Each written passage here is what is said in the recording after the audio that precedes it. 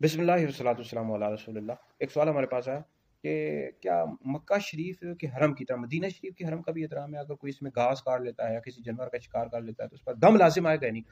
دیکھیں، اس حوالے سے مسلم شریف کے حدیث ہے، حضرت سیدنا جابر بن عبداللہ رضی اللہ تعالیٰ عنہ سے مروی ہے، نبی کریم علیہ السلام نے فرمایا کہ حضرت سیدنا ابراہیم علیہ السلام نے مکہ کو حرم بنایا، میں مدینہ کے دونوں پتھریلی کناروں کے میدان کو حرم بنایا، تو اس میں نہ کسی درخت کو کاٹا جائے نہ اس میں کسی جانور کا شکار کیا جائے، مفہوم عرض کیا ہے۔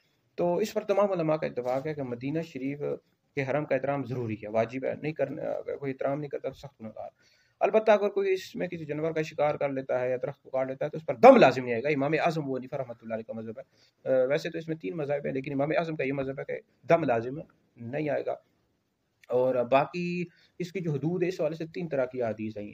اب مدینہ شریف میں دو طرح کی زمینیں تھی، ایک مشرق کی جانب اور دوسری مغرب کی جانب۔ بہرحال حدود جتنی بھی ہوں مدینہ شریف کی، تو اس کا جو احترام ہے، مدینہ شریف کا حرم ہے، اس کا احترام لازمی ہے، ضروری ہے۔